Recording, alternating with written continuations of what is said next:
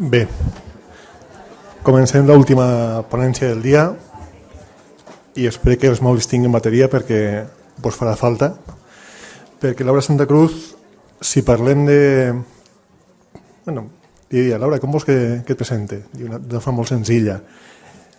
Farem com la cançó del Serrat, paraules senzilles i tendres, perquè Laura parlarà de paraules i de Twitter.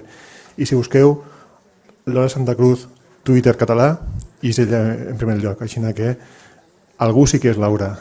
Ella és docent de secundària des de l'any 2003 a l'ensenyament públic i coneguda per tots per la part de la xarxa d'un entre tants que vos recomana que visiteu, que vos feu socis i participeu, perquè és realment la base de la difusió del català a internet. Ha sigut una dinamitzadora d'un projecte que es diu Llegim Piulem a Twitter, que ara explicarà ella, i que sí o sí ens tocarà comentar-ho ara via tuit perquè vos farà tuitejar. Així que vos deixem, Laura, que sigui una última ponència molt constructiva. Laura, teu són. Gràcies, Pep. Gràcies, Pep. I gràcies als organitzadors i a tots vosaltres per la confiança que m'heu fet convidant-me a parlar de la meva experiència a les aules i a Twitter. Casany, Duran, Devesa i ara jo comprendreu el meu nerviosisme i la responsabilitat de tancar aquesta sessió. Espero que allò que us he vingut a explicar us siga útil en la vostra formació i en les vostres pràctiques vitals i professionals. Perquè precisament d'això us vull parlar de les meues pràctiques vitals i professionals relacionades amb el mitjà que és Twitter. He preparat aquest joc, dispondreu d'ell a la web de la universitat, per tant podreu consultar tot el que jo us mostraré. Així en pantalla tenim en aquest moment la introducció, els objectius que jo m'he plantejat a l'hora de generar aquest objecte és que coneixem algunes de les possibilitats de Twitter com a espai, algunes, i això sí que voldria deixar-ho clar des d'ara, com a espai per a fomentar la lectura i compartir-la, i que planifiquem entre tots una tertúlia literària o diverses tertúlies literàries a Twitter adreçades a alumnes de secundària o de batxillerat o fins i tot algun altre col·lectiu que considereu susceptible de participar en una tertúlia d'aquesta mena. Primer parlarem de què és Twitter, en farem una reflexió. Es tracta d'una reflexió molt personal. Twitter és, diríem que una gran mar, podríem parlar d'una galàxia. Si ens quedem en la metàfora de la mar, ni tan sols es mullarem els peus a la vora, mirarem la mar una mica de lluny, simplement és la visió que jo en tinc i els usos que jo n'he fet. Després us mostraré alguns recursos destinats sobretot a la gestió de Twitter i a preparar tertúlies a les aules. Es tracta de recursos que jo, juntament amb les persones que han fet diverses tertúlies, hem utilitzat. Per tant, es tracta de recursos que jo conec. No vinc a fer-vos tota una gran llista de recursos des d'un punt de vista d'expert, perquè no ho soc.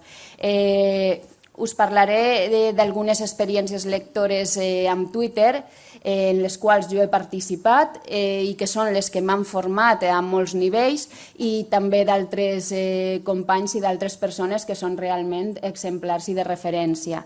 I finalment jo us proposaré de fer una tertúlia a partir de la rondallística no catalana general, però sí de la del sud del país, Valor, Gascó i Caturla, i de Vicent Andrés Estellers, que supose que seran referents per a molts de nosaltres i que gairebé tothom coneix. Per tant, comencem amb una reflexió. Procuraré passar d'una manera ràpida sobre les qüestions introductòries per centrar-me sobretot en la relació entre Twitter i lectura des del meu punt de vista i després ja avançar en el que seria una tertúlia literària a Twitter. Per tant, endavant. Twitter, un espai per a la lectura compartida i l'ensenyament. Prèviament, suposo que ningú de nosaltres té cap dubte que la lectura és una experiència íntima i és una experiència personal. És una relació que s'estableix entre el text i el lector, però aquesta experiència o les múltiples experiències que ens pot donar una lectura poden ser compartides i, per tant, enriquides. És a això que ens referim quan parlem de lectura compartida. Bé, ja ho ha dit Pep, jo també teniu així el meu nom, soc Laura Santa Cruz, soc la lectora a Twitter i els últims 3 anys he treballat a l'IES Les Lomes d'Alacant. Com ja heu dit anteriorment, molts de vosaltres sou d'Alacant, sabeu que és un dels centres de la zona nord d'Alacant, és una zona desfavorida, amb una gran quantitat de població en situació de desigualtat social important i fins i tot amb uns nivells de marginalitat importants. Cosa que després, a propòsit de la pregunta que ha fet anteriorment una companya, també reprendrem i en parlarem sobre aquest tipus d'estudiants que a priori no tenen accés a la connexió i als mitjans que serveixen per estar connectats. Soc també membre d'un Entretants, que com ha dit Pep, és una xarxa de professors que treballem en català i el que fem és compartir experiències a la xarxa. El que vos voldria dir abans és, i per lligar una mica amb tot el que hem parlat al llarg del dia, jo a hores d'ara considero que soc una resident digital, tot i que de vegades em descobrís com una visitant i fins i tot tinc tics de turista digital. Jo vaig començar a treballar en la docència ara fa 10 anys i jo he hagut d'aprendre, encara aprenc, encara considero que he d'aprendre moltíssimes coses per reeixir de la manera com, per exemple, ens ha mostrat Mari Carmen de Besa, però sí que hi ha un abans i un després, que és l'haver-me trobat amb la figura de Manuel Cardeñosa, alias Ramon Muntaner de Xirivella.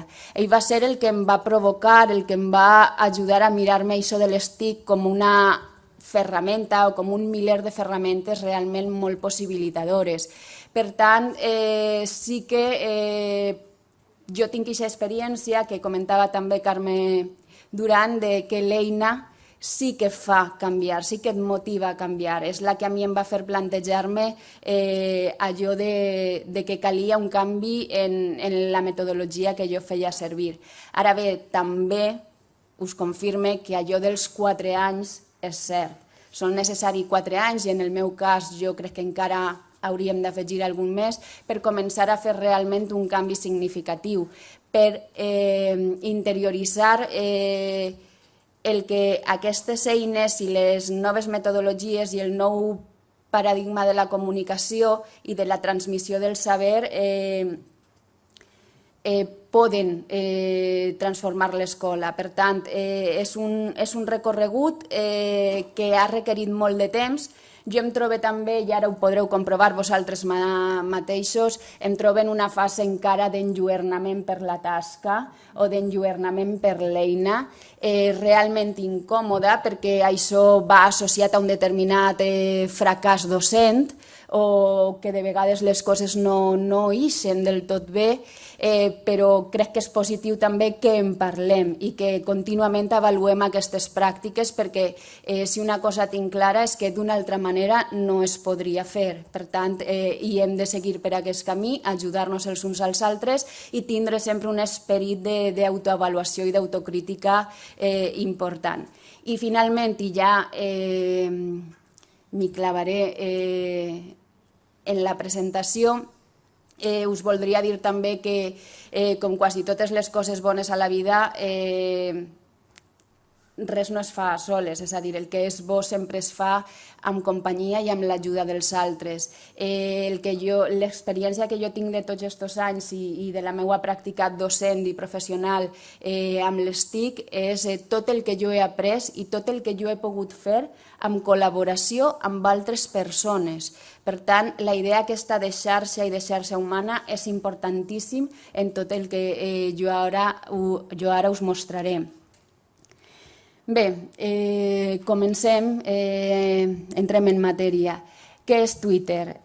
Doncs bé, és una xarxa social perquè òbviament participa de les característiques de les xarxes socials, és a dir, interacció, perfils i totes aquelles característiques pròpies de les xarxes socials, o simplement és una plataforma de microblogs en el que cada un té un microblog perquè fa un apunt de 140 caràcters i a partir d'ahir es van compartint tots aquells microblogs i es van interrelacionant.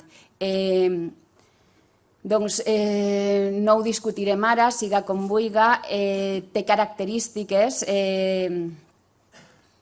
perdoneu, el meu nerviosisme és obvi i es nota en el maneig de la pantalla. Ara, com veieu, així tenim la interfàs que fa Twitter. M'agradaria preguntar-vos, abans de continuar, algú de vosaltres no sap què és Twitter?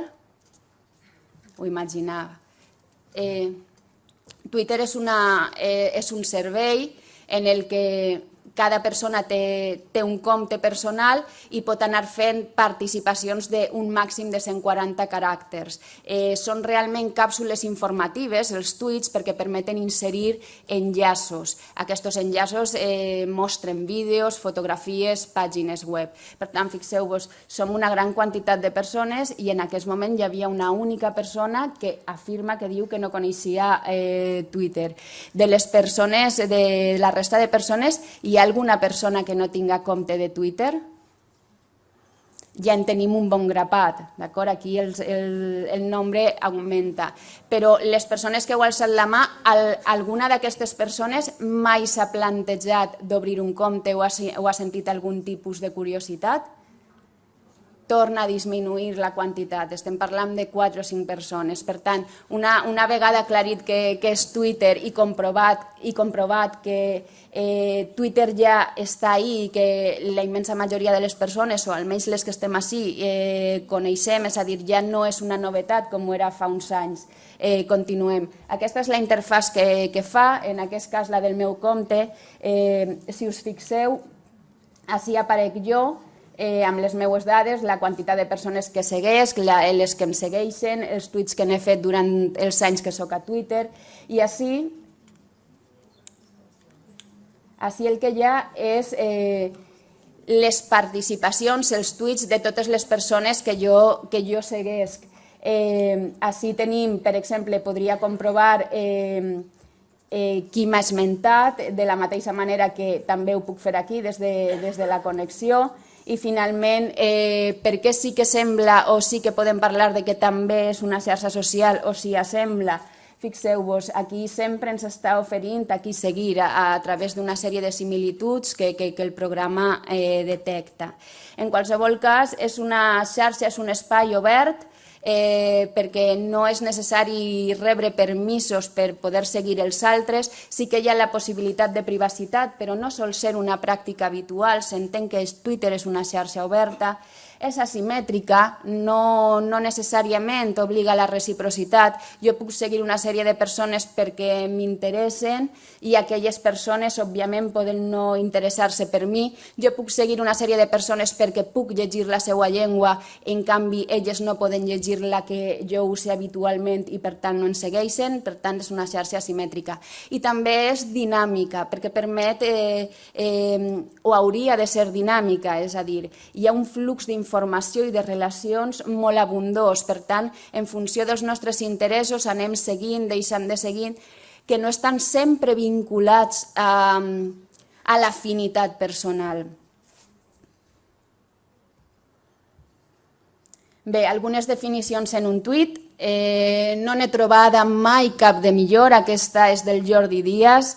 I diu, i quan sent les veus, què li diuen? Li repeteixo que no les sento, les llegeixo, i que li diuen. És com si tots parlessin alhora. És exactament això. Així el Jordi Díaz imita una conversa entre un psicoterapeuta i un pacient, no? Perquè sí que pot ser alguna cosa així com una bogeria. En el moment que es passa una primera fase a Twitter, després ja això es normalitza i realment és un entorn molt interessant.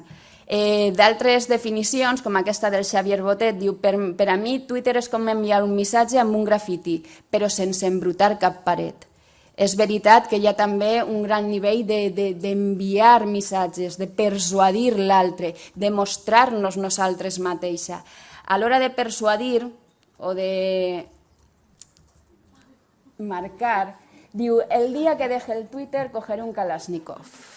No comentaris, però sí que hi ha Twitter un espai com un espai de reivindicació, de transmissió d'idees, d'acord? I això no ho hem de perdre de vista. I de creativitat, fixeu-vos amb aquells símbols com ha imitat una arma. I, òbviament, diem això des del nostre pacifisme bel·ligerant. Twitter és un diari íntimo público. Molts de nosaltres ens mostrem com som o com volem que ens vegin els altres. I després, així, no soc capaç de llevar això d'aquí, però m'agradarà molt que veieu aquest tuit d'aquí baix que diu en Twitter, gràcies, en Twitter todos jugamos a ser Monterroso. Tots coneixem allò del dinosaure, no? Per tant, vull dir, Twitter és també un espai per a la creativitat. I finalment, que també passa, tenim el Miquel Bonet, que ens diu orgullós de formar part d'un grupuscle díscol, dins d'una comunitat outsider, dins d'una xarxa de marginats socials com és Twitter. Per què aquesta definició? Per què ens interessa això? Perquè moltes vegades també hi ha una tendència a pensar que Twitter és el món i tendim a sobrevalorar la nostra presència allà i les nostres activitats. Vull dir, per tant, hem de jugar amb totes les possibilitats que té, però això no és el món, no és la solució per a tot, ni tot el que hi trobarem ens pot ser útil. Si continuem com funciona Twitter, doncs es parla de piulades o de tuits, ara ja sap més allò de tuit, retuit, o fer RT, mencionar l'altre, la línia temporal, marcar un tuit com a favorit, que és una manera de conservar-los i també és una manera d'aprovar l'altre, els seguidors i els seguits. Dins de Twitter també hi ha tot un discurs meta, es reflexiona també sobre la participació i els discursos de Twitter. Alguns exemples ràpidament, de nou el Miquel Bonet, trobo que va bé el país i ens hem d'aixecar ben d'hora per fer RTs. I aquí està també la idea aquesta de que Twitter és un lloc per a convèncer, Twitter és un lloc per a militar, Twitter és un lloc per a moltes coses. Bé, potser només es queda en fer RT. Aquest esperit crític a mi m'agrada molt. Cada vez que un Twitter anuncia un similar a ti, cuervos graznando alegremente se caen a una alcantarilla, a veces en medio de la lluvia. Allò de que de sobte et suggereixen seguir precisament a les persones que més animadversió sents per elles o les institucions que mai de la vida seguiries. Bé, ara ja toca deixar de seguir hashtags interessantíssims i a seguir estudiant, estudiar com a forma de compromís per allò de les etiquetes. Moltes vegades, ara mateixa, hi ha un flux sobre l'etiqueta que estem fent servir aquí molt interessant. Per tant, estic convençuda que hi haurà molta gent pendent i moltes vegades hem de posar-nos a dieta també amb la lectura i el temps que passem allà. Los unfollows son buenos, significan que te leen. Després també informació sobre les pautes, què seguir, què no seguir, per què. Europa es el continente que más contenido retuiteado por el resto del mundo produce. 9 nuevos datos sobre Twitter. Dolors Reig. Desde que leo tweets he cambiado la palabra impostura por postureo sin darme cuenta hasta ahora. I és de veres, això està passant, no? Es creen una sèrie de tendències i fixeu-vos el valor de la paraula, el valor tan negatiu de la paraula impostura i l'especialització semàntica de postureo, que fins i tot és una cosa bonica, d'acord? O que és una cosa simpàtica. Antes, durante las fiestas, se armaba la reunión de víboras en la cocina. Ahora hablamos de ustedes en el DM. Bé, de nou la interfàs, no comentaré molt més del que ja hem comentat abans. Després teniu un tutorial per si alguns de vosaltres, com ja heu dit, no teniu Twitter i vos en voleu fer. La resta no crec que siga necessari que aclarim res més. Anem per feina. Què puc fer a Twitter? A Twitter es poden fer moltíssimes coses, moltíssimes més de les que jo comentaré, de les que jo sé, de les que jo podré fer mai. Cada un el farà servir d'una manera diferent. Jo insisteix que us mostraré les que per a mi han estat importants o les que jo observe que són més habituals. A Twitter, a banda de les que jo comentaré, per exemple, hi ha una gran tendència a vendre's professionalment. Difondre informació i obtindre'n, compartir idees, reflexions i recursos. Exemples, amb l'actualitat dels últims dies, enganxadíssima al viatge per Twitter de l'homenet de neu. Regulació, aplicació del portfoli europeu de les llengües.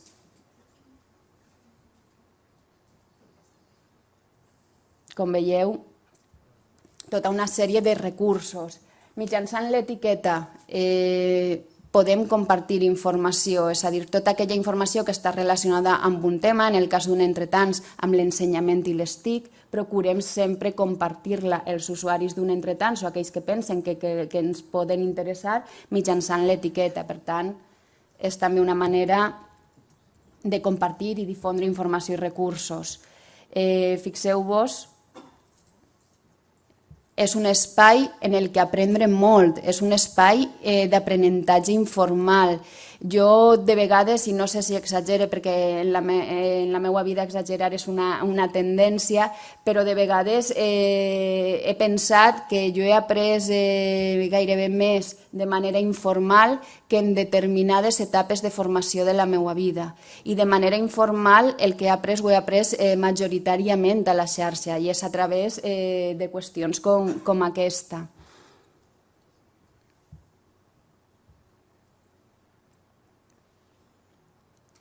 Bé, què més podem fer a Twitter? Doncs a Twitter ens podem identificar. Això té a veure amb la identitat digital, és a dir, creem una imatge de nosaltres mateixa. Després vosaltres podreu accedir a tota aquesta informació i podreu visitar alguns dels enllaços que jo ara votaré o que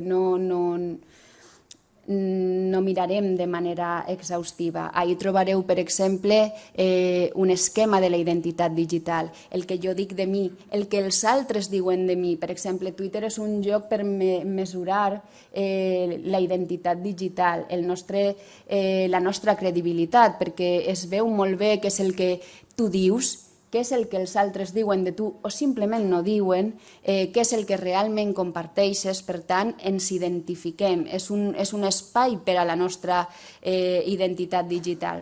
I també, de la mateixa manera que jo afirme que he après molt, també internet m'ha estat un mitjà d'apoderament, és a dir, d'anar agafant recursos, autoestima, valor en el que jo faig i en el que jo pense gràcies a totes les relacions que hi he establert i totes les coses que hi he pogut aprendre. Per tant, apoderar-me. Fixeu-vos en aquest sentit, Jordi Vivancos ja fa temps parlava d'una curiosa piràmide de Maslow referida a les xarxes socials. Com veieu, començaríem per tindre una certa seguretat, el treball, fins a arribar a un punt d'autorealització, allò que també estaria vinculat a l'apoderament. Tenim Twitter, tenim els blogs, és a dir, mostrar-te i sentir-te digne, capaç, mostrar allò que fas. Aquesta piràmide ha estat millorada darrerament. Andreu Escrivá ens ho mostrava, diu, la pirámide de Maslow de las necesidades humanas acaba de recibir una actualización fundamental. I aquesta actualització fundamental és que en la base de tot ha d'haver internet. Farem ara una reflexió referida a les aules. Nosaltres, al País Valencià, en molts centres, estem en unes situacions de no disposar de cap tipus d'infraestructura. Per tant, mentre molts dels docents del país, mentre molts dels docents de l'ensenyament públic, sobretot, treballen, s'esforcen, pensen a com millorar l'educació, moltes vegades determinades, ja no és una qüestió de si les TIC les millorarien per si soles, que ja ho hem parlat durant tota la sessió, sinó que es tracta de les pràctiques lletrades habituals que no poden ser ensenyades moltes vegades a l'escola per una qüestió d'infraestructures i fins i tot moltes vegades per una qüestió de connectivitat. Per tant, en la base d'aquesta piràmide, i si no ja hauríem d'acabar aquesta presentació i qualsevol altra qüestió, ha d'haver les infraestructures i ha d'haver internet.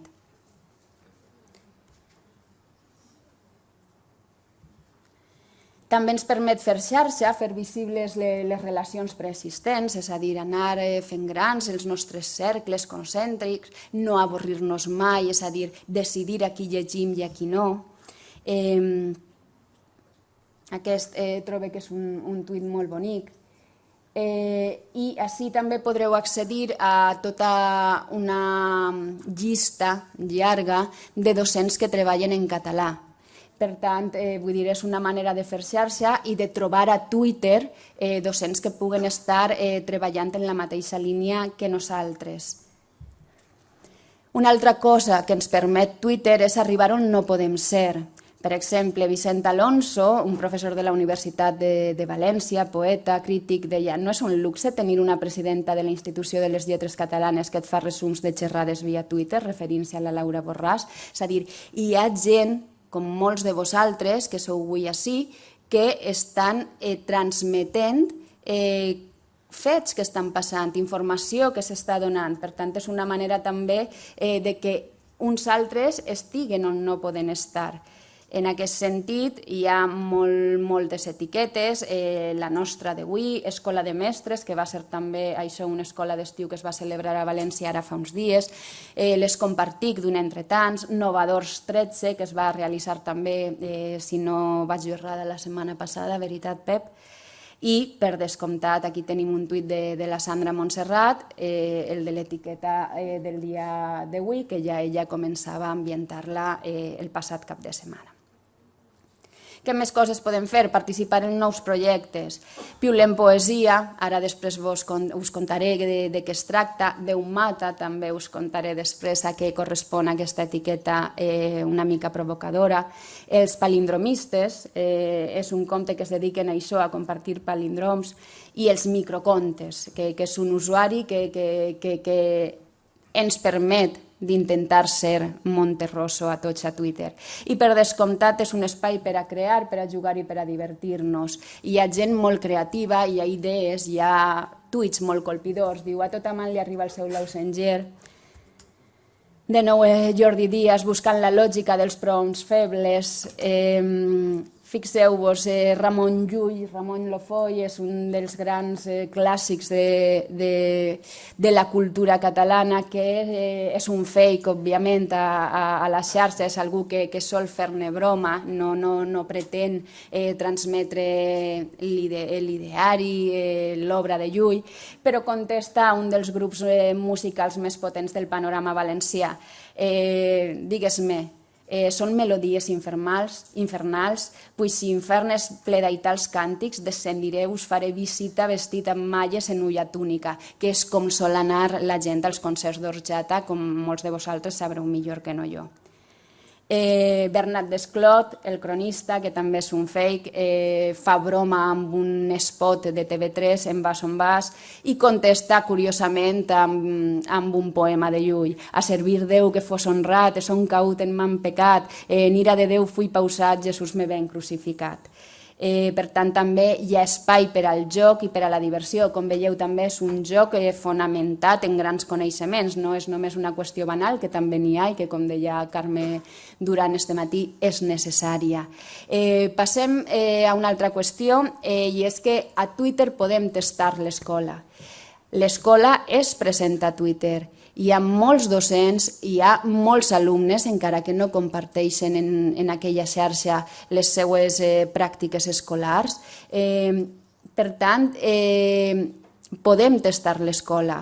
¿De quina manera? Per exemple, el tuit d'una alumna: levantarse a estas horas para encontrarme con Miguel Hernández es para llorar. L'escola Gavina. Aquesta vesprada, segon claustre pedagògic, avui dedicat a les emocions a l'escola, i pots tindre el luxe de participar d'un claustre espectacular en el que vas aprendre moltíssimes coses que després pots traslladar al teu mateix claustre. Per exemple, Delia Morós és també una professora d'ací d'Alacant. Estimats alumnes, recordeu que fer vaga no vol dir fer el vago, a propòsit de les vagues anteriors. Oreto Domènech, de nou, el llenguatge estàndard és el que s'utilitza en persones amables i intel·ligents. SIC, estava corregint treballs dels seus alumnes. Per tant, fixeu-vos, es veu com es relacionen els professors, quines són les pràctiques dels professors, quina relació tenen els alumnes amb els seus professors. Així tenim el Jordi Silvestre, diu: els professors pareixen no comprendre que hem d'estudiar i ens ceben exercicis com si res, vull morir. Per tant, també podem veure què és el que pensen els alumnes de l'escola i sobretot de determinades pràctiques en les quals estan participant per projectes d'escola. De nou, Vicent Alonso diu: una alumna d'ESO declara a Canal 9 que escrivint una carta d'amor per a un concurs s'ha sentit enamorada. Gran elogi a la literatura. És una reflexió important que ens està transmetent de manera indirecta una pràctica i ens està fent una proposta sobre què escriure, quines coses fer a l'escola, per tant, de provocar l'amor per la literatura i per l'escriptura.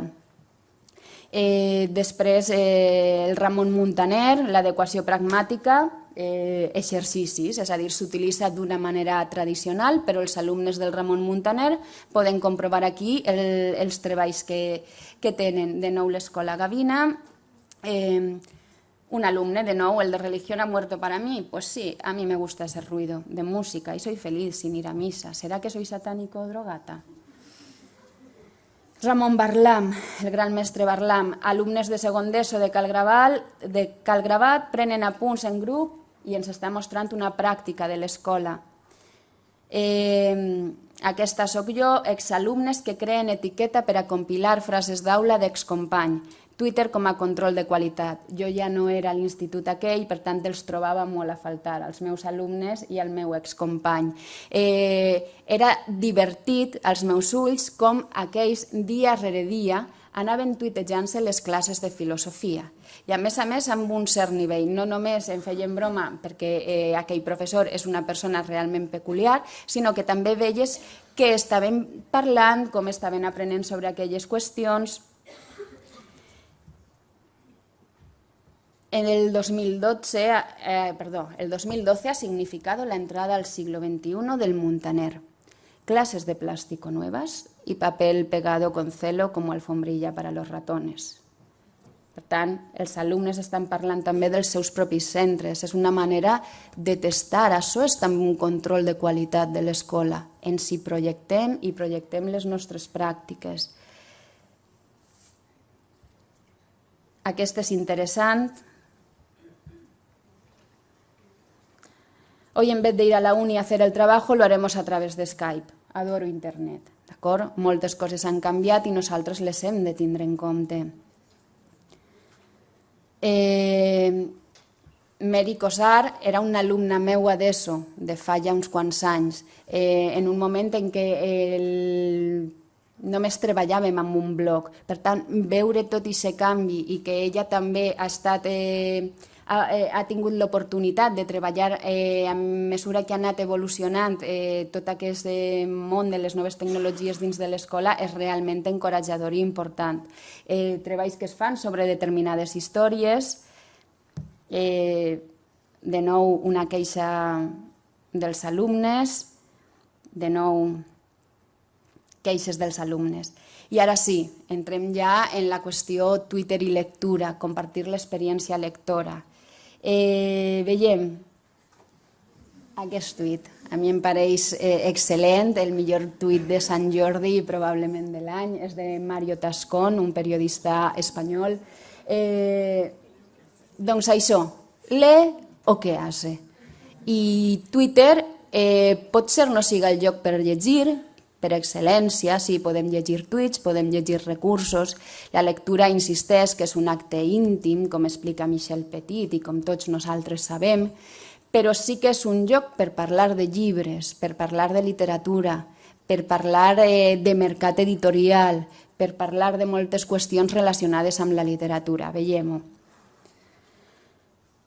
De nou, Mario Tascón ens comenta tots els dispositius en els quals es pot llegir, siguen digitals o tradicionals, que troba en un viatge en la línia 10 del metro de Madrid, que és també una manera de testar la societat. Molt puntual, òbviament és anecdòtica, no podem fer d'això categoria, jo en soc conscient, però que veiem, no? És una finestra amb molts mons que no podem xafar, que no podem circular per ells. Aquí Oreto de nou sobre el poema com una màquina feta de paraules, una reflexió d'una altra persona, pero en aquest cas molt bonica. A veces ciertos tweets ensalzando el libro decimonónicamente me dan ganas de encender la chimenea y estoy en pleno verano. És a dir, fixeu-vos també quina manera més subtil de fer evident que també la qüestió aquesta sobre lectura en format tradicional, és a dir, en format llibre o lectura en format digital, també és a Twitter. Per tant, veiem moltes opinions i a més de persones, en aquest cas com la Julieta Lonetti, que n'és una experta en llibres, en edició, etc. I els autors, des dels mediàtics, aquí tenim el Murakami, o no sé si mediàtics o molt coneguts. Així tenim, per exemple, fixeu-vos quina cosa més bonica, un carnet de la Clarice Lispector que algú ha compartit. Hi ha un conte, en aquest cas del poeta francès, en el que es van piulant la seva poesia, per tant la seva obra, i podem anar veient, podem familiaritzar-nos amb l'obra d'un autor que altrament no llegiríem, pot ser o pot ser sí. També tenim els nostres autors, així hi ha el Thisner, notes vera, el cretinisme. Joan Francesc Mira és un dels grans autors valencians, és un autor viu, és un autor que està en plena forma, que escriu, que reflexiona, que fa articles, i podem seguir aquí la difusió que en fa de les seues idees i dels seus escrits. Després, una altra manera, també de mostrar-se a Twitter, diguem-ne, més des d'un punt de vista de mercat. Per exemple, també ens podeu seguir al Twitter oficial, també ens podeu seguir en el Twitter oficial, és a dir, Carme Riera mostra la seva, si no la seva literatura, sí els seus productes literaris, és a dir, ahir tenim una identitat digital de plena consciència editorial. Yannick Garcia és un autor jove actual, diu: surto en 2 de les 4 antologies estiuenques del Laietana CCB, avui ja puc dormir ben llarg. És interessant que autors que nosaltres llegim, que podem llegir, que són persones joves, que són una nova generació, els podem estar veient també, no només com a autors moltes vegades, sinó també en la seva projecció pública com a ciutadans que hi fan. Aquest altre és el Valero San Martí, que aquí en aquest cas fa una reflexió literària, diu: com a escriptor Bukowski em sembla justet, però encara deploro més la gent que pren les vides que retrata com un model, com una mitografia, i ja tens tota una vesprada per posar-te a pensar. Si vos interessen aquestes qüestions, ací hi ha 2 llistes, una d'escriptors històrics feta per l'ESCAC, que té a veure amb la Societat de la Informació, i després una altra feta pel Jordi Lon, que es diu Lletrescat, i aquí trobareu un gran fum d'escriptors i escriptores en llengua catalana. Avancem. També a Twitter es parla en un altre sentit de literatura. Per exemple, Marc Pastor és també un escriptor, és l'autor de Bioko, de La mala dona, en aquests moments és un autor llegit, és un autor que és viu i fa una proposta, diu: i si amb cada còpia de paper regaléssim l'edició digital, així estalviaríem que el lector pagués 2 cops pel mateix producte. Jaume Balmes, que és editor, de seguida li contesta.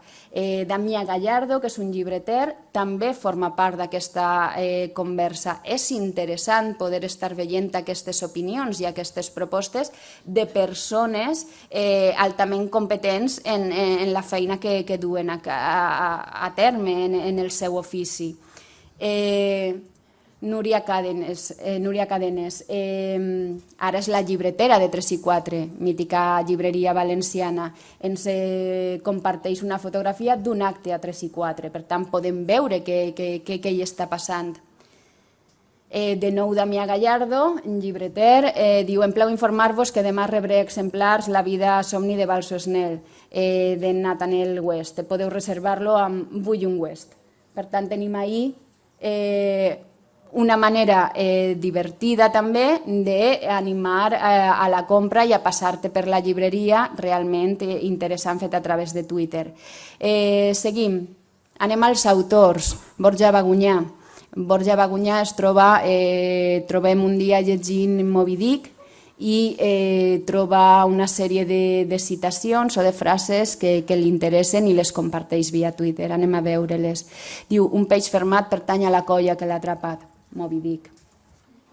Un peix a lloure és casa franca per a qui l'enxampi abans. El que espatlla que és codi magistral és la brevetat admirable, que necessita un gran volum de comentaris per explicar-lo. I ja hi ha algú que li diu: fas venir moltes ganes de llegir-lo. És a dir, aquest foment, aquesta manera de motivar els altres a llegir. I finalment diu: i què sou vos, lector, sinó un peix a lloure i alhora un peix fermat? A mi em sembla molt, molt interessant que un escriptor actual estiga no llegint, que això ja ho pressuposem, sinó que estiga compartint unes reflexions, que no són reflexions, que són citacions de la novel·la Moby Dick, però hi ha també una reflexió metaliterària important. Per tant, a mi això em sembla colpidor i interessant, i la possibilitat d'un autor que jo he llegit, del qual m'agrada el que escriu, de poder veure tots aquests processos i tots aquests interessos em sembla molt, molt interessant. Diu: puto català de mierda de la mala dona y su puta madre y el amante y los pájaros policías de mierda no se podían haber muerto por el barranco. Quan jo vaig llegir aquest tuit em va colpir. Per què? Perquè jo feia unes setmanes que havia llegit La mala dona, de Marc Pastor, n'hem parlat anteriorment. Per tant, de seguida vaig relacionar això amb l'argument de la novel·la. Vaig suposar això deu ser un alumne, alguna cosa. Jo que sempre estic fusant, tafanejant per les converses dels altres, pels tuits, hi ha aquí una conversa interessant en el que el propi Marc arriba en un moment que aclareix a la gent que fins i tot s'ha sentit ofesa per aquesta afirmació, que diu: no crec que s'estiga referint a això, però a mi també m'ha impactat. Per tant, és una cosa que a mi em va semblar curiosa i que moltes vegades, tant si s'hi referia com si no, perquè ahir hi ha un pes argumental important que està relacionat amb la novel·la, impacten aquestes coses, les teues pròpies lectures i veure com unes altres persones les reben o com aquestes qüestions. Comences amb por, et dius que no seràs capaç, que no t'hi veus, al cap d'una estona els dits tornen a escriure sols. Un escriptor, al qual segueixes, al qual llitges, està parlant del procés d'escriptura o tu vols pensar que hi està parlant. I sembla ser que per les respostes que rep ho està fent. Martí Domínguez, també sabeu que és un escriptor valencià, publica un article titulat La web mata i 3 dies després s'obri compte a Twitter. Això ho diu Adolard d'Or i així tenim tenim per fi a Martí Domínguez a Twitter que està parlant sobre una altra cosa, però també parla sobre literatura. Jo mai haguera pensat que podria assistir a aquest tipus de converses, a aquest tipus de reflexions en veu alta, d'escriptors que m'agraden o que no m'agraden, d'escriptors que lliig, d'escriptors que m'interessen. Per tant, em sembla una finestra molt i molt interessant. Josep Pedrals fa un comentari sobre un recital poètic, el serbi traduït per un valencià i recitat per un mallorquí, s'entén molt bé a Barcelona. I finalment, Porcar llegeix Sòria. Se'n parla de lectura a Twitter. L'editor Joan Carles Girbès va fer un article sobre els clubs de lectura virtuals i ens l'enllaça, molt interessant. Ací teniu l'enllaç, per tant el podreu consultar. Jo aquell dia, ja havien passat uns quants dies, esperava per si hi hauria una segona part, li deia, Joan Carles, faig tard, però trobo a faltar llegir Mi Piulem, us en parlaré tot seguit. I ell deia, ben vist, ja pensava que ningú no m'ho retrauria. D'acord? Per tant, a Twitter hi ha molts clubs de lectura virtuals, hi ha moltes comunitats que comparteixen lectura i que són un model després per a les pràctiques d'aula. Ara de seguida hi anirem sobre això. En una d'aquelles tertúlies compartides, el talent de Jordi Nopka. Jo quan la vaig rebre ací a Alacant, que va costar, Déu-n'hi-do el que va costar que arribara el talent a Alacant, ho vaig piular. I rebre la resposta del propi escriptor, com a poc, fa gràcia, no? Dius, ves. I després, ací ja llegim i piulem. Llegim i piulem és una iniciativa que va sorgir el 2010. Jo en soc simplement la tercera part. És un projecte que es va engegar de manera espontània a Twitter a partir d'un tuit de la Judit Vives. I juntament amb la Neus Pinar i jo vam decidir, imitant una tertúlia que hi havia als Estats Units, proposar un llibre, proposar una obra que ens interessara. En el nostre cas es tractava d'obres de literatura catalana i comentar-les durant un període de temps amb una etiqueta. Així és com va començar Llegim i Piulem. Després va estar realment un fòrum també d'escriptura. A partir de determinats llibres vam generar les comunitats que compartíem, les tertúlies, alguns textos que els imitàvem. Vam anar generant tot d'objectes 2.0 dels quals parlarem ara després quan jo vos mostre de quina manera planificar una tertúlia, com àlbums, llistes a l'Spotify, relacionades amb els llibres que llegíem i tota una quantitat d'objectes 2.0 relacionats amb això. Ací teniu l'enllaç, vos convide a investigar i a acostar-vos per vosaltres mateixos. Com veieu, tenim aquí objectes, Digo, TweetDocs, Spotify, també n'hem fet Storyfies, àlbums de Pinterest. Per tant, hi ha tota una sèrie d'aplicacions que permeten enriquir les tertúlies que es fan a Twitter. I finalment, a l'escola ja es lliig i es comparteix a Twitter. Aquí hi ha una tertúlia feta per Consol Soler, alias Ramon Muntaner de Xirivella, el passat curs, sobre el perquè de tot plegat de Quim Monzó, i entre molts altres tuits i de molt nivell per part dels alumnes, ja que es diu aquest conte em recorda a Músiques Esclave, que és un altre alumne. Ell també escriurà la seva gran obra. O després tenim, llegint el perquè de tot plegat, ens adonem de la incoherència de la nostra societat i de la poca importància de coses que ens pareixen grans. És a dir, i els alumnes interactuàvem amb Quim Monzó. D'acord? Per tant, vull dir, tenim ahir una ferramenta ja no només de lectura, d'educació literària, sinó també relacional molt i molt important. Us mostre aquesta altra, n'hi ha moltes d'aquesta mena i testen molt i molt l'escola. Diu, Quim Monzó, muchas gracias, gracias a ti voy a suspender valenciano. Me cago en el valenciano. Vull dir, malauradament sabem que això forma part d'un estat d'opinió que es dona encara a les nostres aules, i és curiós com també es reflecteix a Twitter.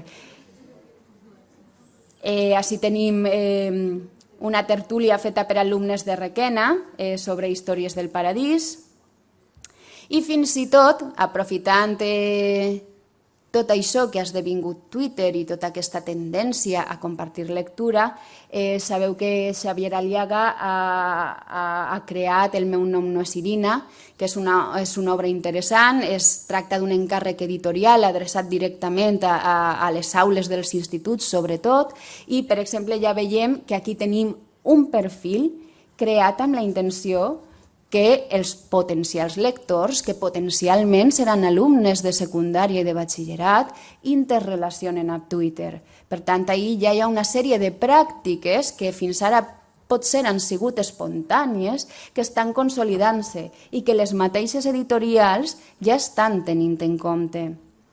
Si fas una búsqueda per El meu nom no és Irina, trobes de tot, des de l'autor, el Xavier Aliaga, fins a persones que ja estan comentant que els ha agradat molt i molt l'obra. I jo crec que serà un usuari i una etiqueta que el pròxim curs haurem d'observar molt i molt.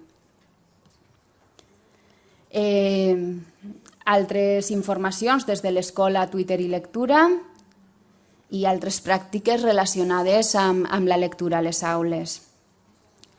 Bé, avança molt, tanmateix aquesta idea, qui no vulgui soroll, que no vagi a les xarxes socials.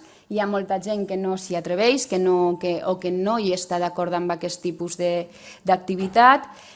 També hi ha el prejudici aquell de acabo de leer en algun sitio que l'uso diario de Twitter nos atrofia l'ESO i que al final no se quede una movida i tal. És a dir, pensar que és sempre una qüestió molt superficial, que a més no desenvolupes altres capacitats, no eres capaç de treballar altres qüestions, excepte allò que és puntual i d'una manera, diguem-ne, superficial, com deia. Tot y que siga con vulga, ahora con Internet, basta ya de ahora con Internet, por favor, lleváis usando Internet desde hace más de 15 años, superadlo, és de veres, ens hem acostumat a dir les noves tecnologies, com afirmava al principi de la seva ponència Carme Dural, no, ja no són noves, ja portem molt de temps amb això, per tant, no podem negar l'evidència, estan ahí.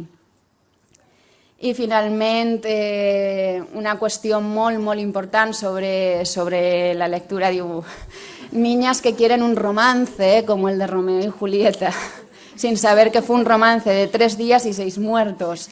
Hay que leer. És a dir, si a mi això em serveix o em permet introduir la qüestió de que quan preparem una activitat sobre lectura a les aules, el que importa és la lectura d'aquesta obra. Importa la lectura d'aquesta obra, el que això pot contribuir no només al gust per la lectura o a l'hàbil lector, sinó a l'educació literària de l'alumne. Per tant, això no pot servir o no pot servir sempre o únicament per canviar l'actitud dels alumnes sobre la lectura. Hem de tindre en compte que la nostra missió és això, és fer llegir i ensenyar a llegir. I en quina manera això en un moment puntual ens pot servir a aconseguir-ho o ens pot servir a aconseguir qüestions diferents. D'acord? Per tant, no hem de perdre de vista que no és tampoc això una panacea, com havíem comentat abans. És a dir, que el que cal és llegir. Twitter com a discurs diu me deu 26 lletres, 140 espaços i querem que ho faça màgica. Aquesta possibilitat de crear és un espai, és un discurs. Twitter és una nova textualitat. Això abans també n'hem parlat. És un nou discurs que reclama concisió, precisió i que és altament productiva. Per tant, això ho hem d'explotar, no només amb la lectura, sinó amb l'ensenyament també de la llengua. Però hem de tindre clar que és un espai nou i és un espai en el que podem fer moltes coses, però que hem de controlar i que hem d'ensenyar a utilitzar. Passaré molt ràpid sobre això.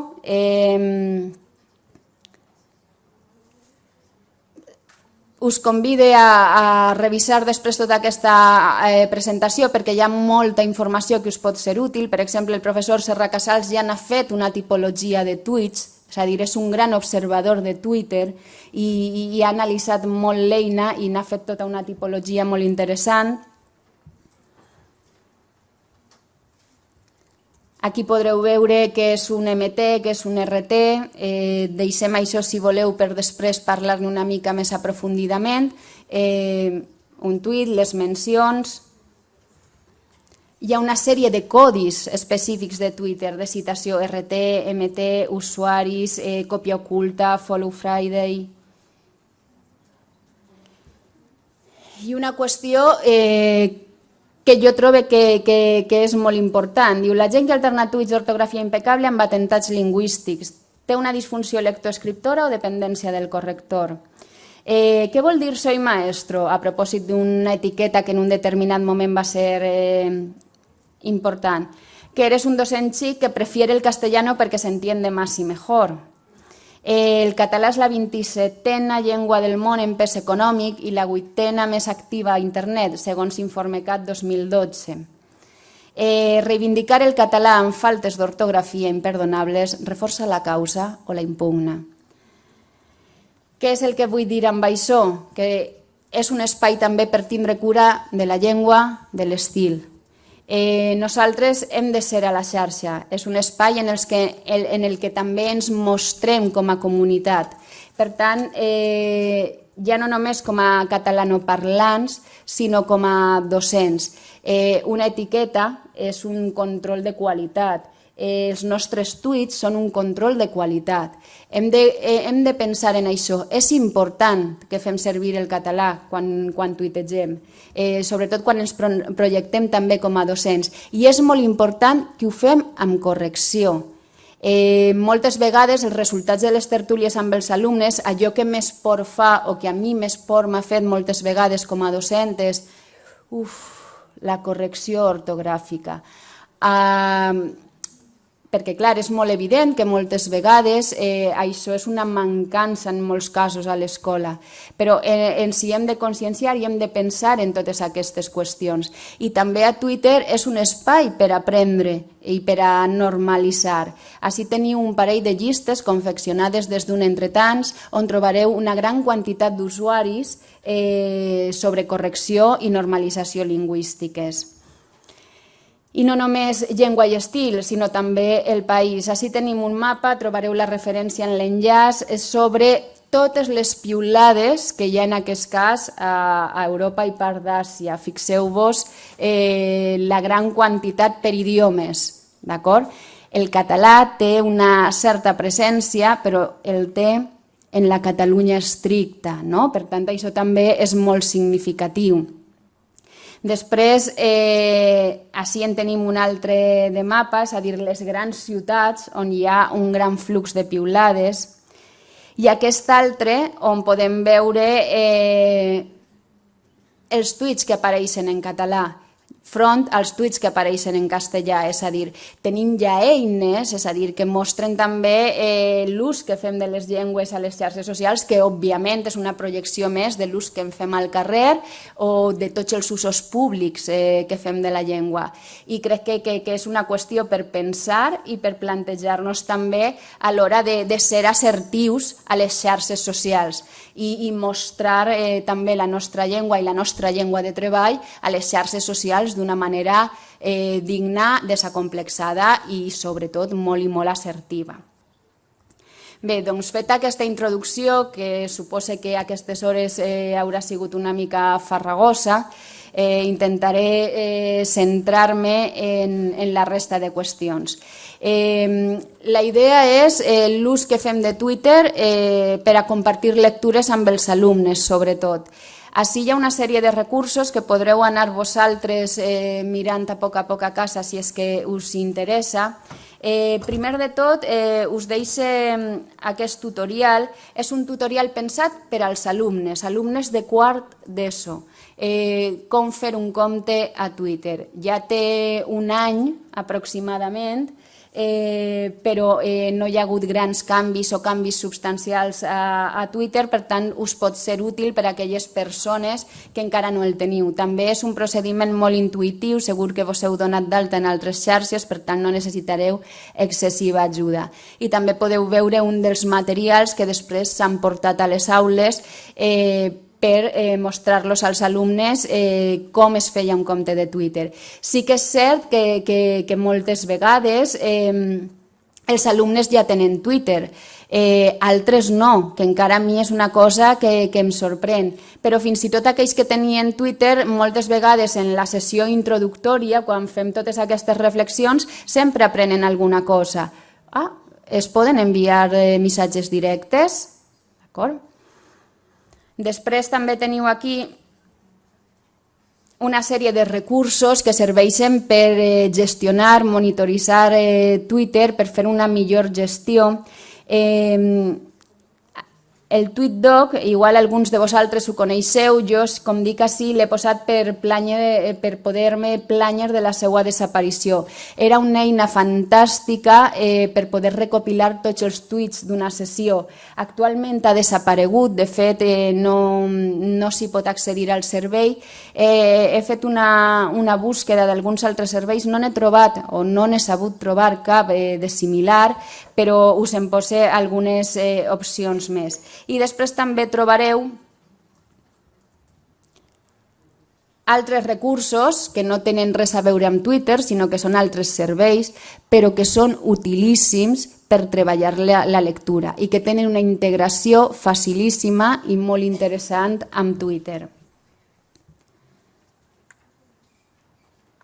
Dit això, passem a les experiències lectores amb Twitter. En parlaré de dues. La primera ja l'he esmentada anteriorment, Llegim i piulem, amb Neus Pinar i Judit Vives. Ací teniu un enllaç de com va néixer Llegim i piulem. És un Storify que recopila la història dels primers anys, per tant, ahir amb calma ho podreu veure més tranquil·lament. Per a mi va estar tot un ensenyament i va estar tot un aprenentatge. Era el meu oci, va ser una qüestió que va néixer espontàniament a Twitter. Ens vam decidir a fer tertúlies. Érem 3 persones que no ens coneixíem absolutament de res, que tenim 3 professions diferents, que tampoc teníem un excés d'afinitats comunes. I a partir d'un tuit vam decidir que era una bona idea això que aquella companya havia tuitejat i que estaria bé fer una tertúlia d'aquelles característiques en català. Vam intercanviar un parell de correus electrònics i a partir d'ahir vam començar a fer tertúlia rere tertúlia, a la qual s'anava afegint en cada tertúlia unes persones diferents. A poc es va anar creant una comunitat de lectors que no existia prèviament i que no sempre era la mateixa. A més, a poc vam anar incorporant altre tipus d'objectes, d'aplicacions, Pinterest, Spotify, podreu veure tot això als enllaços que teniu ací. Clar, aleshores jo vaig plantejar-me en algun moment, i si això que a mi em resulta tan interessant, que m'aporta tantes coses, que em fa aprendre tantes coses i que em vincula d'alguna manera, d'una manera més intensa a les meues pròpies lectures, com es trasllada això a les aules? Jo aquí he de reconèixer que per a mi això sí que ha estat un canvi difícil i això a mi en la meva trajectòria docent m'ha generat molta frustració. El veure que la meva vida personal, el meu oci reeixia amb el nou paradigma, amb les noves tecnologies, però portar després això a les aules era molt difícil per a mi.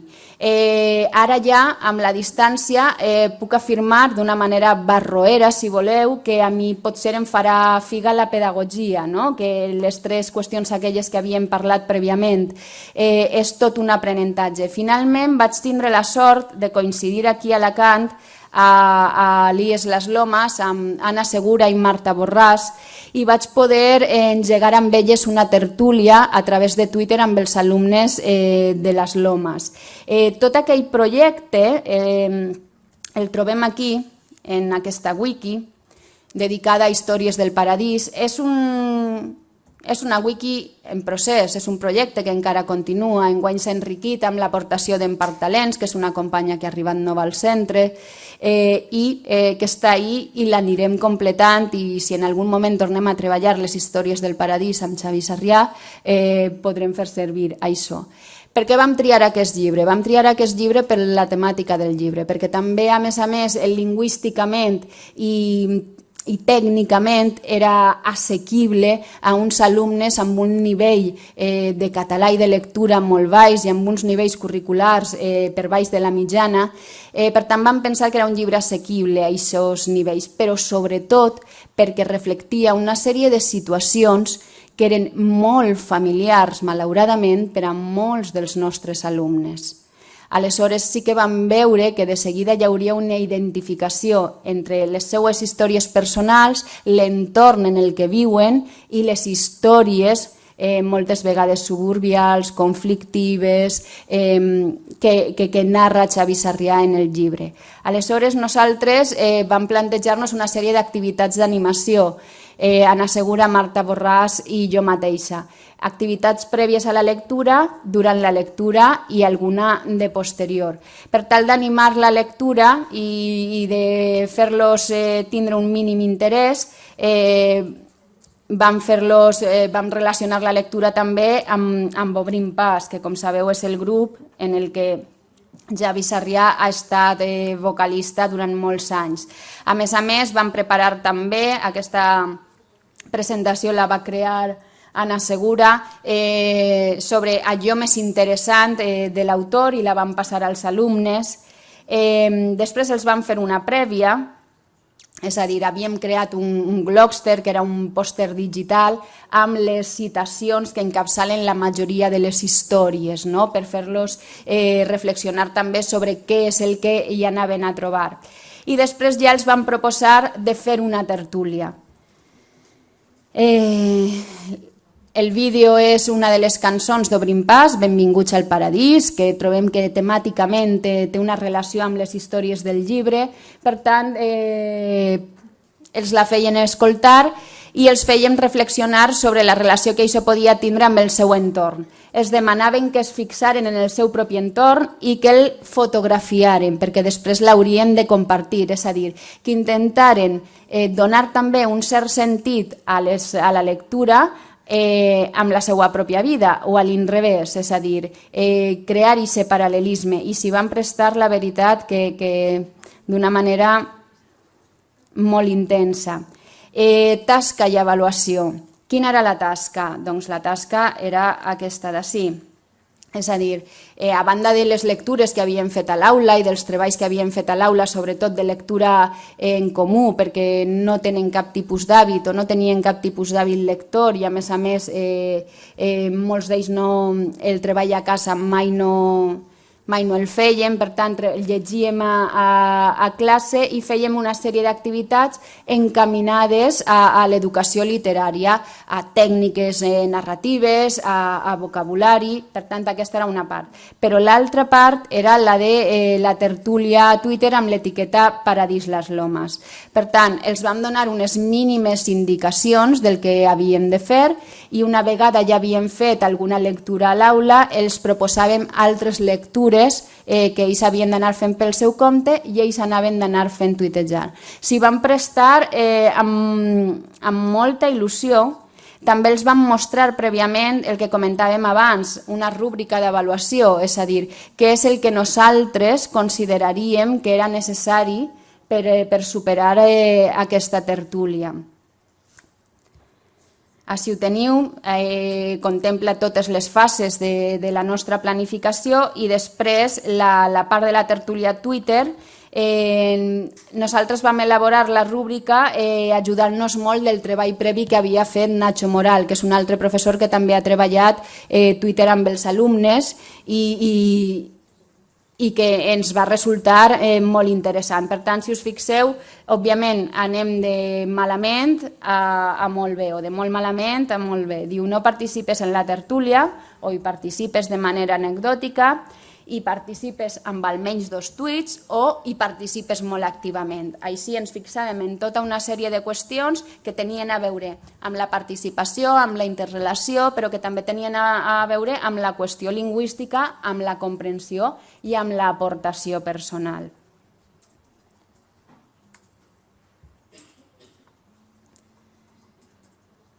Ens hi vam posar, a més, Xavi Sarrià va vindre al centre, va ser una jornada magnífica, sobretot per als nostres alumnes, que aquell dia van veure augmentada molt la seva autoestima. Insisteix que parlem d'un col·lectiu en una situació de marginalitat en alguns casos, d'una situació social de pobresa en molts altres casos. Per tant, per a molts d'ells va ser una cosa molt important rebre un autor amb qui havien estat intercanviant tuits, que els havia estat animant durant la tertúlia i durant la lectura i que a més els va parlar de tu a tu. Quan vam preparar la visita de Xavi Sarrià va haver coses molt interessants, però probablement una d'aquelles va ser que una alumna va insistir a llegir un dels contes. Ara no recorde quin és el títol, però parla dels centres de reclusió de menors, sobretot per a estrangers. I quan va acabar li va dir a Xavi Sarrià que li havia fet molta il·lusió perquè un molt amic seu es trobava en un d'aquells centres. Per tant, aquella idea de que hi havia d'haver una identificació amb les seues històries i la novel·la es confirmava. Ací trobareu també, si us interessa, totes les piulades que els nostres alumnes i nosaltres mateixa i el mateix Xavi Sarrià i moltes altres persones, recordem que Xavi Sarrià és una persona mediàtica, s'hi van afegir, es van produir aquells dies. Tenim des de tuits merament que constaten el que estem fent en aquell moment a classe, fins a fotografies del barri relacionades amb algun conte i fins a tuits merament relacionals amb Xavi Sarrià. Per tant, els podreu llegir tots, els teniu ací. Després, altres de les qüestions que també fèiem era preparar activitats relacionades amb l'exploració literària dels contes. Parlem d'activitats amb la seva pròpia rúbrica d'avaluació destinades a la lectura col·lectiva dins de l'aula. També vosaltres mateixa podreu fer una ullada després. Per tant, com vos deia, activitats de motivació i d'exploració prèvia, activitats durant la lectura i posteriors a aquestes i després els resultats de tota la lectura. Teniu així també algunes experiències d'altri, en aquest cas de Nacho Moral, de Margarida Castellano i de Maite Monar, que també han fet uns grans treballs amb Twitter i els seus alumnes. Per exemple, en aquest cas, la de Maite Monar, Experimenta Twitter amb Dalt, és també una activitat espontània que naix amb un alumne seu amb el qual ja havia parlat de literatura i són molt interessants les seues reflexions. Finalment, queden 20 minuts. La proposta, ja sé que em mireu en cara de no, però jo vos la llance i farem com voldreu. Tenim aquí dos referents, que són la rondallística i Vicent Andrés Estellés. Els he triat a banda de per una qüestió de gust personal, perquè considerava, com he dit al principi, que tothom sabem qui són i alguna lectura n'hem fet.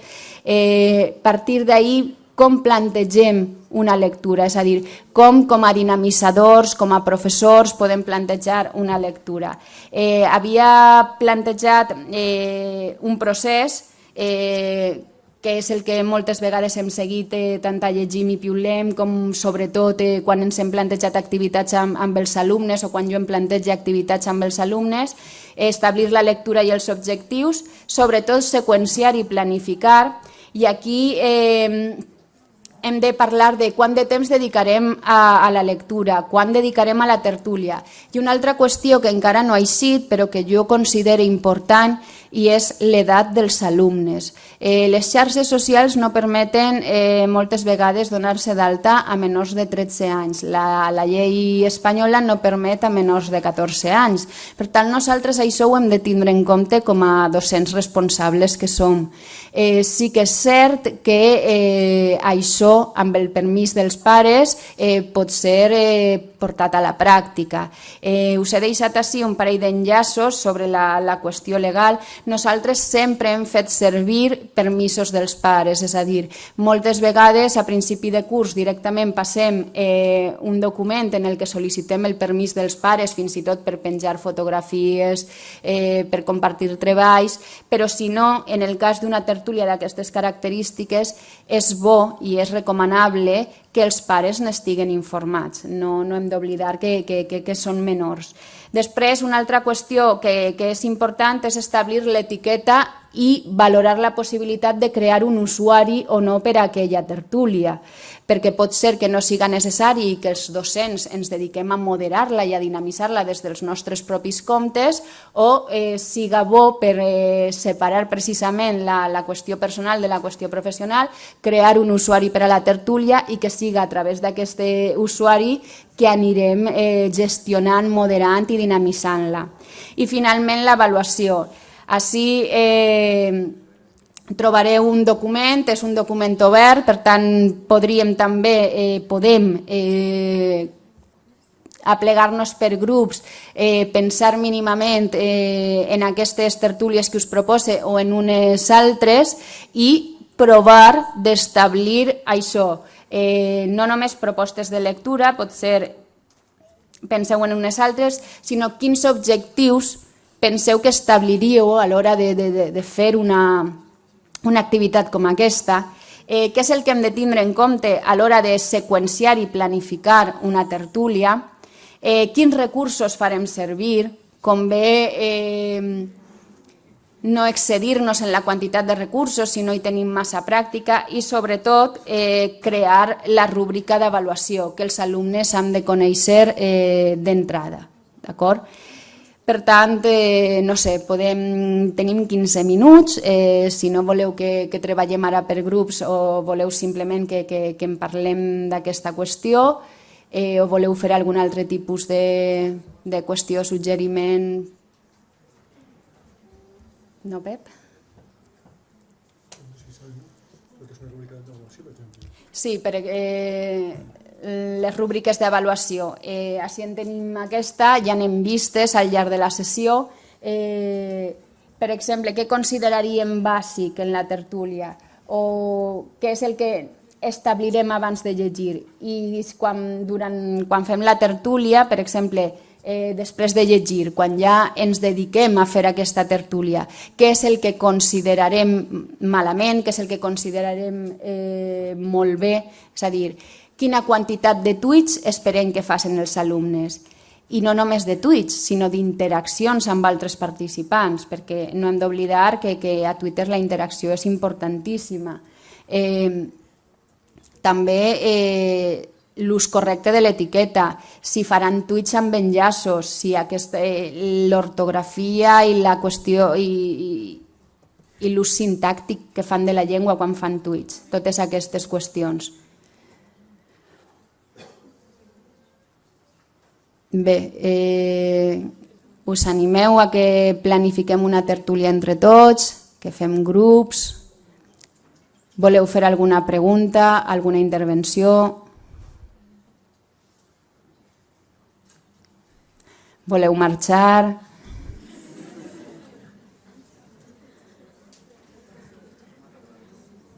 Jo sí que et vull fer una pregunta.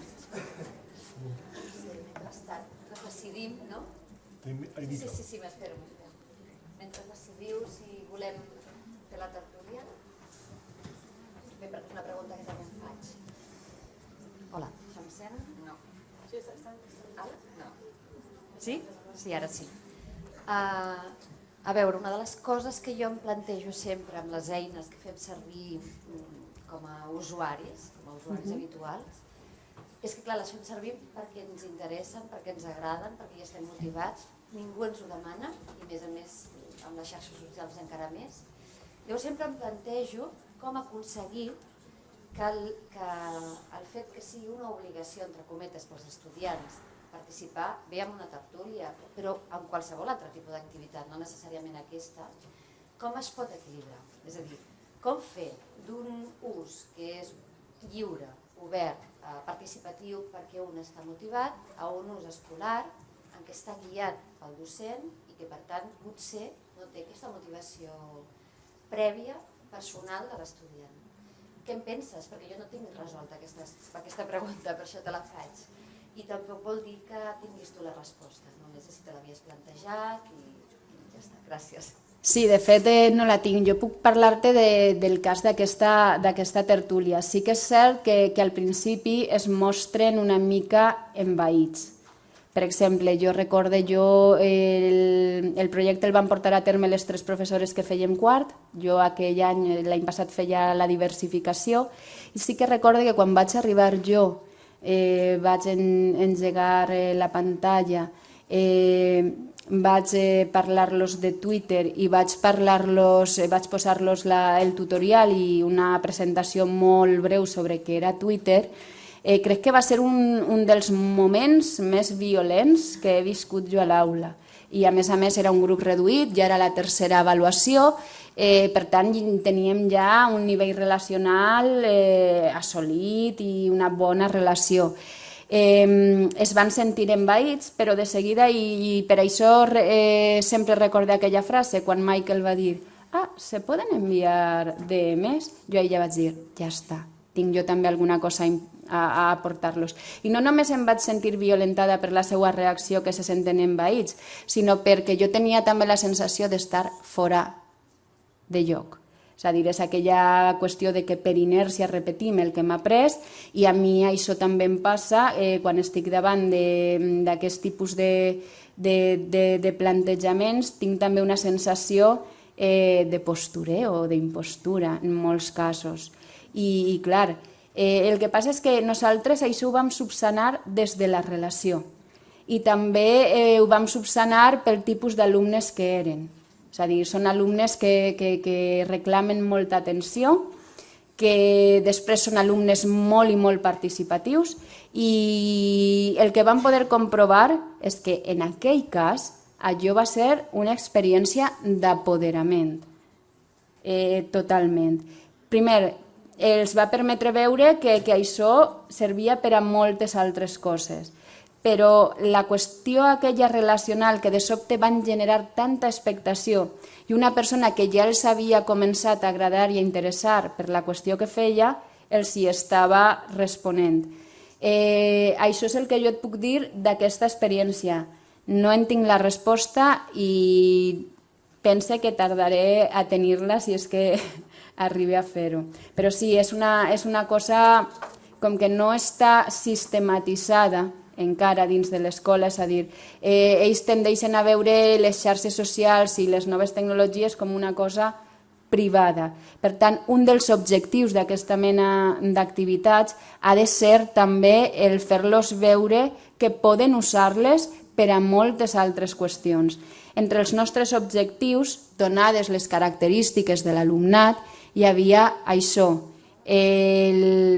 la interrelació, l'apoderament i el gaudi. Veure que amb un llibre es podien tindre unes determinades experiències i sensacions. I si ho vam aconseguir, no va ser tant mèrit nostre, sinó de les circumstàncies vitals i acadèmiques d'aquestes persones, del valor o dels valors que hi ha en Històries del Paradís i després també d'aquelles coses que passen a les aules que tothom sap que passen però que són inexplicables.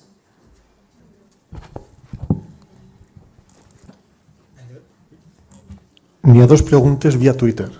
Tenim més? Sí. Una per a tu i una per al públic. Quina vols que comencem? Per a mi. N'hi havia un debat en un xicón de la sala, que no sé si estàs a la sala o estàs a casa, és que si veus Twitter com una eina de creació literària o de crítica literària. Em parlava sobre els haikus, que són poemetes molt breus, però en 140 caràcters es pot crear literatura? Aquesta és una pregunta molt difícil. Sí que és cert que, ja ho he dit, que Twitter és un discurs altament productiu. Jo he llegit a Twitter tuits bellíssims, tuits que reflectien una intel·ligència i una sensibilitat molt important. El joc lingüístic, no? Aquest espai com un repte per a la intel·ligència, per a la creació. Hi ha microrelats que realment són fantàstics. També n'hi ha molts d'altres que dius, per molt micro que siga, un relat té una estructura i té una intenció. Això ens portaria a què és literatura i què no és, i per descomptat jo no estic gens capacitada per parlar d'això. Jo sé el que a mi em colpeix quan lliig i el que puc identificar com a literatura i el que des del meu punt de vista és un producte editorial i no té una força literària, però sí, i tant que, vull dir, de la mateixa manera que en el tuit d'Oreto veiem que un poema era una màquina feta de paraules, canviem poema per tuit, i en el moment que hi ha una mínima combinació de paraules amb aquella altra cosa que també sabem que existeix però que no podem explicar i que és la literatura, sí, és un espai. Ara, fer-ne d'un compte de Twitter tota una obra literària, això potser ja seria una qüestió d'agossarament. A Twitter hi ha molts crítics que tenen que comparteixen els seus escrits o les seues ressenyes, la seva visió sobre literatura, i després també hi ha una gran quantitat de gent que parla de les seues lectures. Òbviament, la crítica literària és una professió i és una qüestió que no té res a veure amb que, posem per cas jo, diga que tal llibre o tal altre m'ha agradat. Però sí, Twitter és un espai on es poden fer moltes coses. També jo la idea aquesta del tuit com a càpsula m'agrada molt, i dins d'aquella càpsula sempre pot haver un enllaç a una altra qüestió, però si ens limitem a les fites del tuit, sí, jo moltes vegades he llegit tuits bellíssims. De fet, hi ha un usuari que és Asain, no recordo ara el nom, crec que és Asayan, ara el busquem. Ell és mexicà, viu al Japó i fa una cosa que sempre posa en funcionament un joc lingüístic o literari, i té una gran quantitat de seguidors que continuen jugant, i moltes vegades és realment apassionant i interessant estar pendent d'aquesta mena de piulades, perquè de la mateixa manera que també hi ha moltes que són molt enginyoses des del punt de vista de la crítica política o de la crítica social, des del punt de vista de les paraules i del joc de les paraules també. Literatura.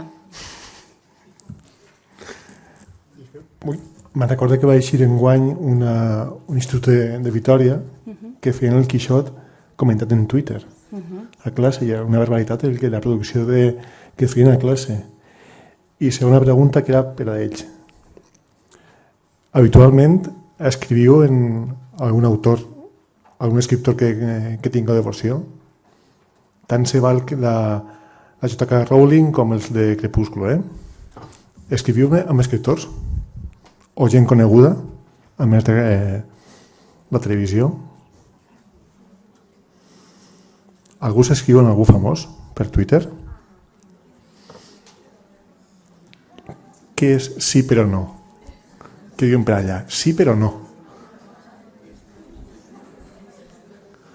A qui seguiu per Twitter, així no coneguts, des del punt de vista cultural? Paulo Coelho diu per sí. Qui més? Sabeu qui té Twitter dels escriptors coneguts? No? Allà. Pere Reverte, que per cert avui estàvem pegant molta canya per un plagi de episodis nacionals, així que imagineu-vos. Qui més? Pere Reverte.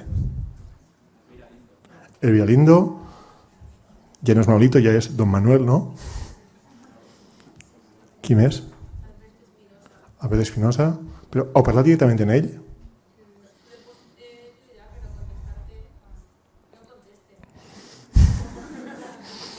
Qui més?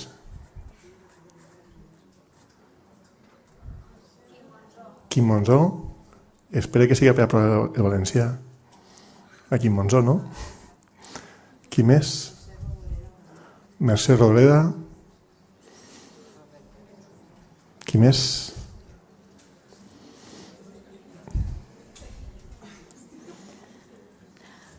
Jo aprofito per recordar-vos les dues llistes sobre escriptors tant històrics com la llista aquella d'escriptors en català.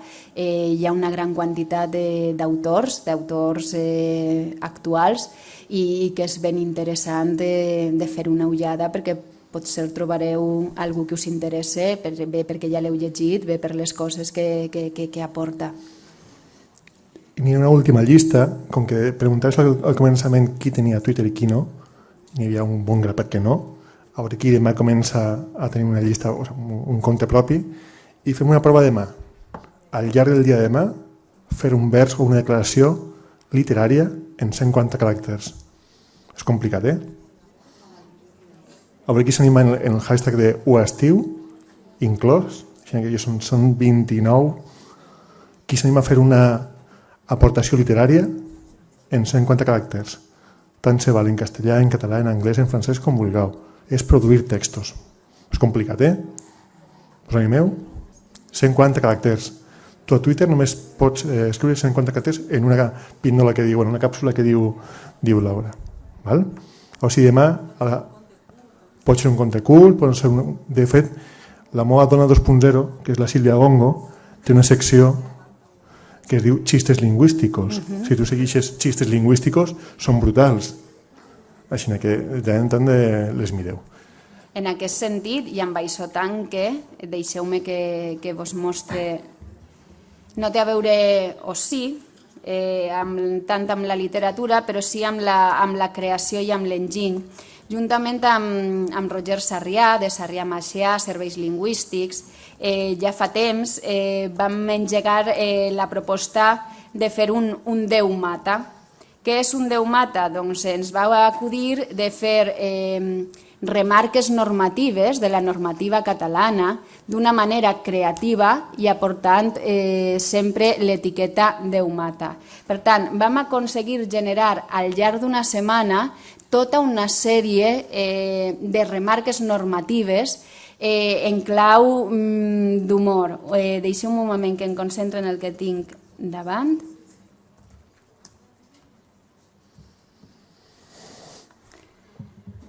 Jo em vaig fer una ressenya perquè va ser una experiència que em va agradar molt i a més em va fer qüestionar-me la relació que hi havia entre els meus divertimentos personals i el que jo feia després a les aules. Ahir n'hi ha una reflexió, però perquè pugueu veure algunes de les creacions i que tenen a veure amb l'enginy, ja dic que no precisament amb la creació literària, però potser vos inspiren.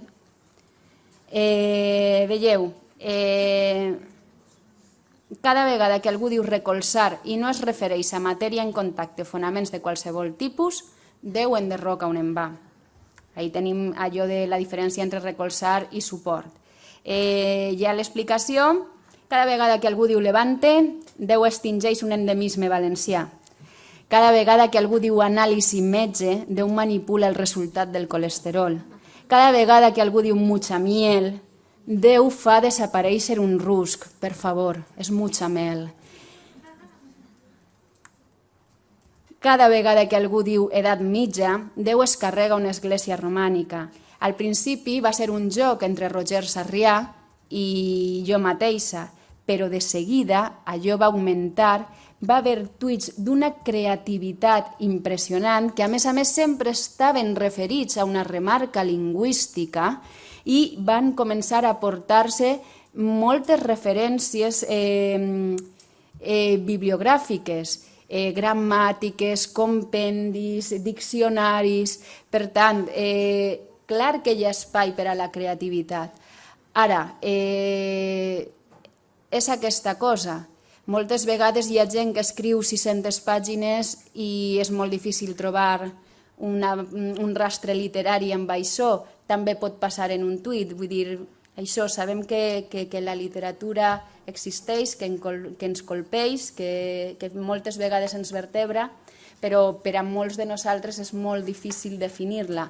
Ens limitem a identificar-la i fins i tot també passa moltes vegades que el que jo identifique com a bona literatura, uns altres no ho fan. Per això també hi ha la crítica professional que dèiem, però això ja és una altra qüestió en la que jo no tinc res a veure.